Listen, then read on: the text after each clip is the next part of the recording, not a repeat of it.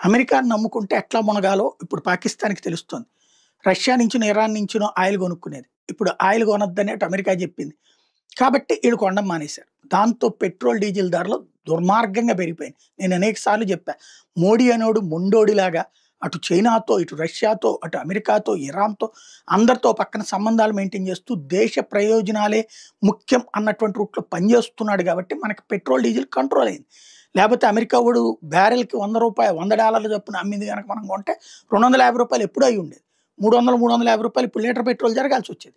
ఇంకోటి మోడీ దానికి ఆల్టర్‌నేటివ్‌గా ఆల్రెడీ ఇథనాల్ కల్పించేటటువంటిది ఒకవైపు, రెండో వైపున ఎలక్ట్రిక్ వాహనాల వైపుకి జనాల్ని తీసుకెళ్తున్నటువంటిది కూడా స్పష్టంగా చూస్తున్నాం. ఇదంతా ఇప్పుడు ఎందుకు చెప్పాల్సొస్తుందంటే తాజాగా జరుగుతున్నటువంటి పరిణామాలు పెట్రోల్ ఒక్కసారిగా రూ. 265 లీటర్ పాకిస్తాన్‌లో.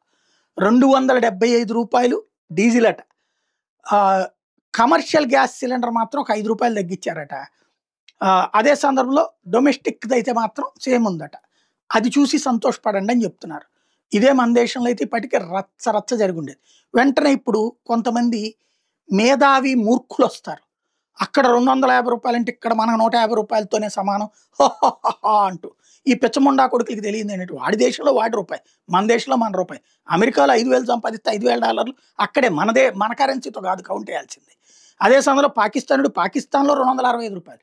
మనకిక్కడ రూ. 265 అంటే ఒప్పుకుంటామా? పాకిస్తానోడు వచ్చి ఇండియన్ కరెన్సీలో తీసుకెళ్ళడు కదా! కామన్ సెన్స్ కూడా లేని సన్నాసులు ఏదో ఒక కామెంట్ చేస్తారు. వాళ్ళని పక్కన పెడితే పాకిస్తాన్‌లో అమెరికా ఇంపాక్ట్ అయితే దాన్ని ముంచుతోంది, కొంప ముంచుతోంది.